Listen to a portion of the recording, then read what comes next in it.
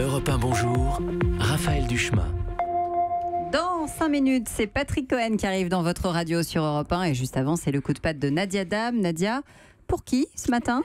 Pour les marronniers. Alors, vous savez que la consommation d'alcool pendant les fêtes, ça fait partie des marronniers de fin d'année. Alors j'explique. Un marronnier, c'est un article, un reportage, une interview qui revient comme ça régulièrement, qui est assez simpliste, parfois mièvre et souvent complaisante. À ne pas confondre avec une interview d'Emmanuel Macron par Laurent Delahousse, qui elle est un remake de Brokeback Mountain à des heures de grande écoute. Alors en cette période de Noël, les fêtes, c'est la cellule souche des marronniers. On a droit, vous savez, toujours les mêmes articles. Quels sont les cadeaux préférés des enfants cette année ? Alors qu'on le sait, les cadeaux préférés des enfants, c'est ceux dont on a oublié d'acheter les piles le soir de Noël, mais aussi quel livre offrir à Noël, alors qu'on voudrait plutôt dire aux gens quel livre il ne faut pas nous offrir. Moi, ça fait 3 ans que ma mère m'offre le même bouquin intitulé 200 recettes de verrine sucrée et salée. Alors soit elle m'aime pas, soit elle pense qu'écraser du Saint-Moré dans un verre Duralex, c'est mon projet de vie.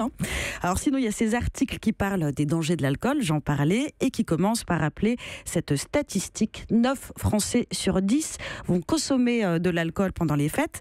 Et je crois que c'est peut-être à mettre en perspective avec un autre chiffre. 8 femmes sur 10 n'ont pas d'orgasme. Alors elles ont bien le droit de se péter la gueule au crément d'Alsace au moins une fois par an.